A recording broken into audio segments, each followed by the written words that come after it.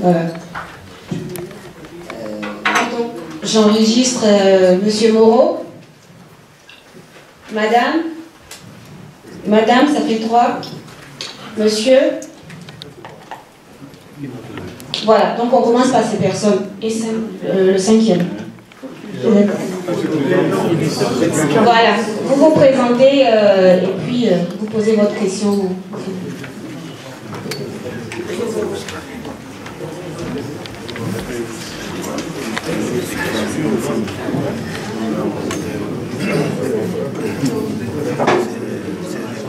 Bonjour, je m'appelle Moreau Jean, ivoirien, résident en Suisse. Excellence, vous m'excuserez, je n'ai pas une question, j'aimerais plutôt inviter les Ivoiriennes et les Ivoiriens ici présents à se lever et chanter le national du Côte d'Ivoire. Salut aux terres d'espérance, pays de l'hospitalité, les gens remplis de vaillance ont élevé ta dignité. J'ai vu ces Côte d'Ivoire, fiers artisans de ta grandeur, tous rassemblés pour ta gloire, te bâtiront dans le bonheur. Fiers Ivoiriens, le pays nous appelle, si nous avons dans la paix ramener la liberté, notre devoir sera d'être un modèle de l'espérance promise à l'humanité, en forgeant unis dans la foi nouvelle, la patrie de la vraie fraternité. Merci, monsieur Moreau. La deuxième personne qui a voulu exprimer l'occupation.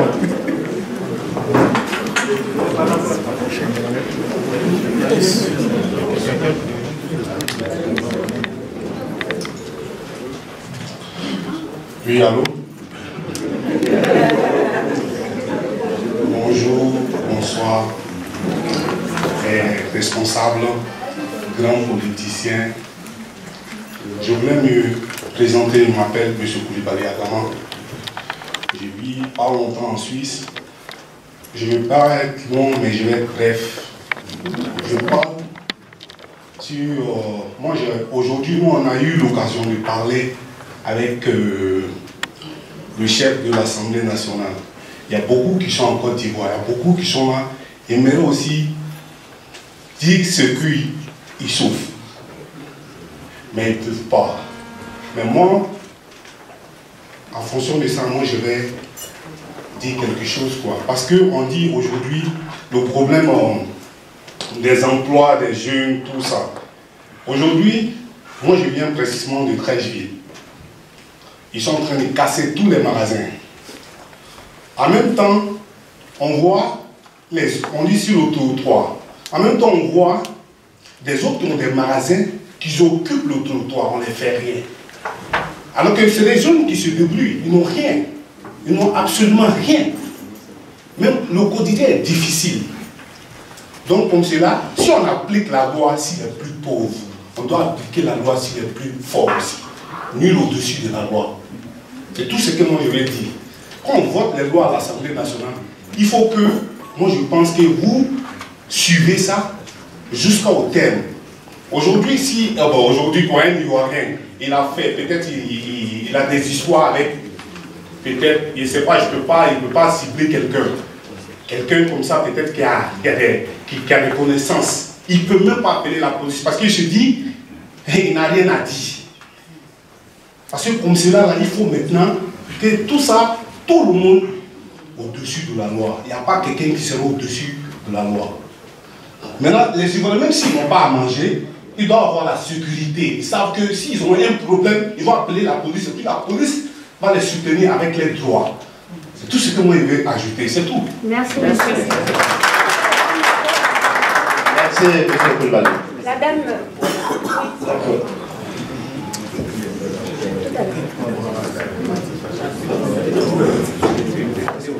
Je m'appelle Odile Parel, fondatrice de l'ONG Loucha qui lutte contre les mutilations génitales féminines, en Suisse comme en Côte d'Ivoire.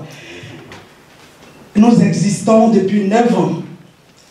Moi, c'est juste des remarques à faire à monsieur le président de l'Assemblée nationale. C'est l'Assemblée nationale qui a voté la loi contre l'excision. Et en tant qu'association ONG sur place, je constatais que le pays, la Côte d'Ivoire, ne fait pas assez dans ce domaine-là. Et c'est bien dommage. En 2013, il y a 3 jeunes Suissesses pour leur maturité.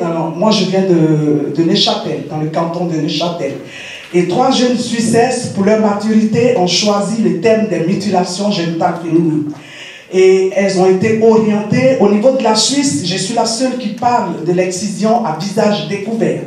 Et elles ont été orientées vers notre association en 2013 et nous avions travaillé. Et cela aboutit à ce livre qui raconte ma vie, le combat que nous menons. Et j'ai été en Côte d'Ivoire. J'ai pris une bonne quantité de ce livre. Je suis passé dans les cabinets, voilà, j'ai offert ce livre à quelques autorités. Et je n'ai jamais eu de retour. Et notamment, j'ai été à l'Assemblée nationale, je ne sais pas si monsieur le président a reçu ce livre, mais moi-même, je me suis déplacée, j'ai amené ce livre et je n'ai pas eu de retour.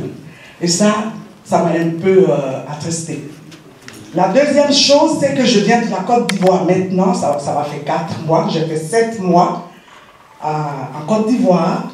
Et nous avions organisé la journée mondiale de la lutte contre l'excision à Dakwimple, mon village, à l'ouest de la Côte d'Ivoire.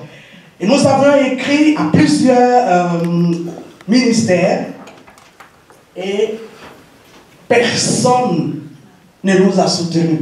Personne n'est venu même nous soutenir physiquement à cette manifestation. Et j'ai écrit encore, on a écrit un courrier au président avec notre budget qui était de 2,4 millions et quelques mille. Et nous avions demandé que cette manifestation soit sous son coparrainage. Et j'ai reçu un retour, un courrier en disant que ce n'était pas possible, que ça allait être une autre fois. Et j'ai trouvé que c'était quand même dommage. Et quand j'ai été en Côte d'Ivoire, j'ai écrit à plusieurs ambassades. Il y a l'ambassadeur de Suisse qui m'a reçu dans son cabinet. Et ça m'a fait beaucoup de bien. Il y a aussi l'ambassade de France qui s'était aussi impliquée. Et les propres Ivoiriens, j'ai vu personne. Et ce matin, quand j'ai reçu le courrier, je me suis dit, ah, ça tombe bien, je vais me déplacer, puis je vais lui dire ce que nous vivons. Mais vraiment, je vous appelle à vraiment vous impliquer dans cette lutte, parce que c'est une souffrance pour les femmes. C'est une souffrance énorme. Moi, j'ai été excisée à 9 ans, et j'en souffre aujourd'hui. Vraiment. Laissons de côté nos coutumes, nos traditions. C'est vraiment de la barbarie faite à la femme. Merci.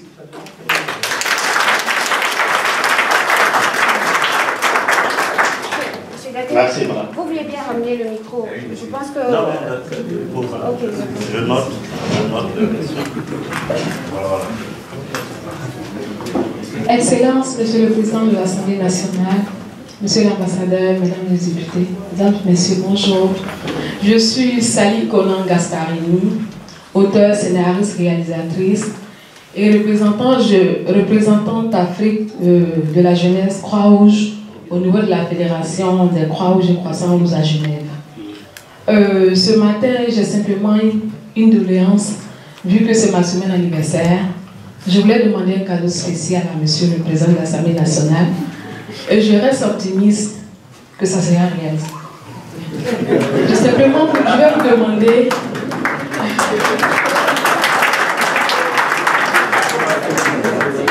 Excellence, comme cadeau d'anniversaire, je voulais simplement 5 minutes de votre temps en privé après l'échange avec la communauté. Merci.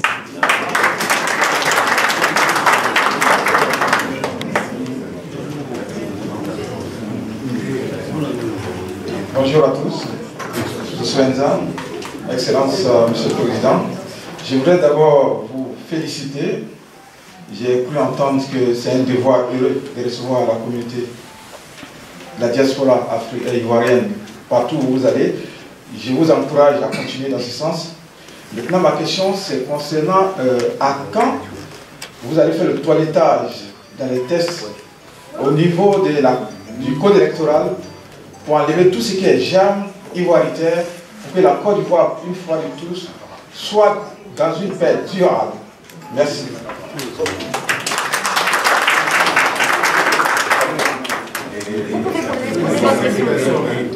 Oui. On est déjà à 5 personnes. Je crois que le président va répondre à ces 5 préoccupations et après on va passer à l'autre chef. Je suis déjà debout. Monsieur le Président de l'Assemblée nationale. Merci. Monsieur le Président de l'Assemblée nationale, je suis Abdou Dieng, je suis le chef du bureau de coordination des politiques à Onicida à Genève. Je voudrais d'abord vous remercier. Je suis ici avec d'autres collègues. Georges Shaw, qui est le directeur adjoint des finances à Onicida. Nous avons Talmas, qui est du Fonds mondial. Je suppose que vous avez reçu le profil des participants à cette réunion. Donc, je voudrais vous remercier. Nous voyageons beaucoup au niveau des Nations Unies et d'autres agences, mais nous avons essayé de gérer notre programme pour cette semaine pour pouvoir être ici.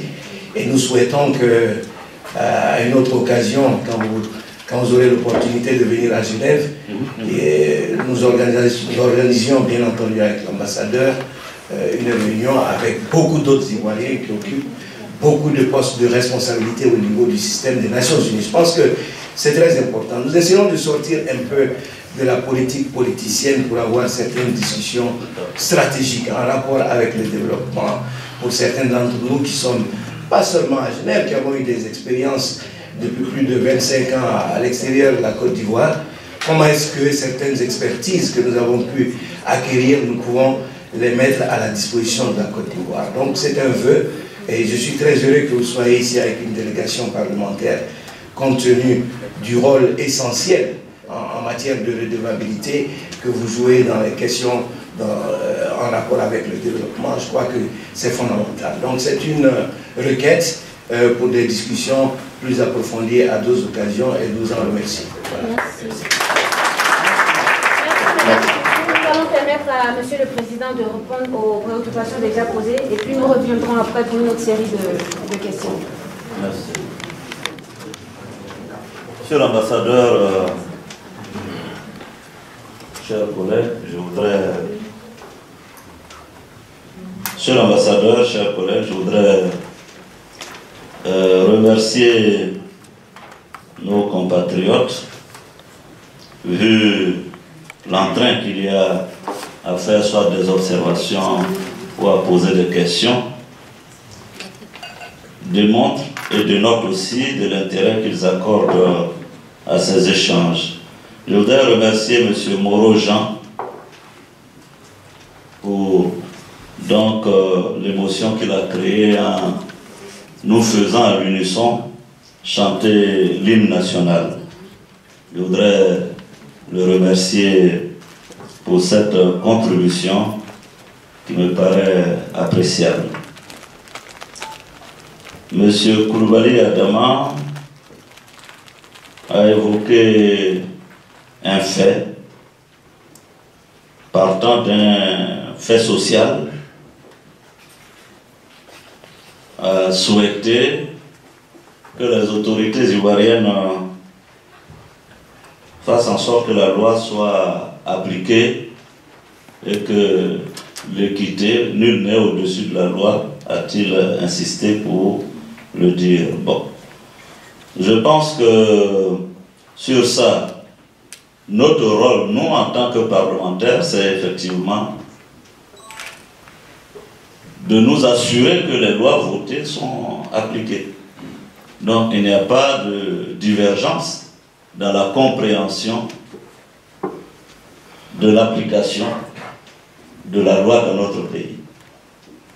Il a dit que des magasins étaient cassés, d'autres le faisaient. Bon, il nous le signale, j'ai noté. Ce n'est pas un fait qui m'a été signalé maintenant. Je me souviens à l'époque, il y avait la lutte que le gouvernement avait engagée contre les installations anarchiques qui causaient plus de dégâts. C'est comme aussi pour... je me souviens très bien, on a eu à gérer ces difficultés-là. Les logements anarchiques à Abidjan. Quand on va dire aux uns aux autres de quitter tel ou tel versant pour être relogé quelque part, ce n'est pas que le gouvernement est contre ces personnes-là, mais c'est parce que si elles restent là, elles vont mourir avec les inondations et il y a eu des victimes. Donc, le gouvernement, de toute façon, n'a pas intérêt à travailler contre le citoyen. C'est le citoyen qui fonde la légitimité ou non du gouvernement. Donc, je pense que dans toutes les mesures, il faut aussi voir le bien fondé des mesures qui sont prises. Donc, les trottoirs et tout ça, Abidjan était occupé. Vous voyez bien qu'ici, en Suisse, la loi c'est la loi. Personne ne se permettrait de venir occuper tel ou tel domaine s'il n'était autorisé. Voilà. Mais chez nous, il faut admettre, accepter, reconnaître qu'il y a eu beaucoup de pagaille pendant des décennies, de sorte que la pagaille était devenue la règle. Donc quand on veut revenir à des normalités, on a l'impression qu'on oppresse. Et évidemment, je suis d'accord avec vous que ce n'est pas du jour au lendemain qu'une pagaille qui s'est installée pendant 20-30 ans se règle en 1, 2 ou 3 ans. Donc je suis d'accord avec vous. Et s'il y a des cas, sachez que l'Assemblée nationale, c'est la maison du peuple. Et que vous pouvez saisir, sachez que vous-même, vous avez force, et que vous pouvez être à l'initiative de loi. Vous pouvez saisir vos députés dans les circonscriptions pour discuter et leur suggérer des lois. La loi n'est pas seulement qu'à l'initiative du gouvernement. Mais les députés aussi peuvent proposer des lois. Donc, il ne faut pas... En Afrique, ce qui est dommageable, c'est qu'on a l'impression qu'il y a l'État et puis il y a nous. Mais l'État n'est pas dissocié du citoyen. C'est l'ensemble des citoyens. C'est l'ensemble qui constitue l'État. Et ça se voit dans le comportement au quotidien des Ivoiriens. Il a sa maison, devant chez lui, il laisse pousser les herbes et puis il dit l'État n'a qu'à venir nettoyer. Mais si l'État ne nettoie pas l'herbe devant chez toi, les moustiques là, c'est pas l'État que ça va piquer. Mais il dit non, non, ça c'est le travail de l'État, ou bien comment on appelle non, je pense qu'il faut de plus en plus qu'il y ait une révolution des mentalités, qu'on sache qu'il n'y a pas l'État d'un côté, le citoyen de l'autre, et que c'est une dynamique participative. Et je pense que ça c'est important, parce que si ce citoyen sait que l'herbe devant chez lui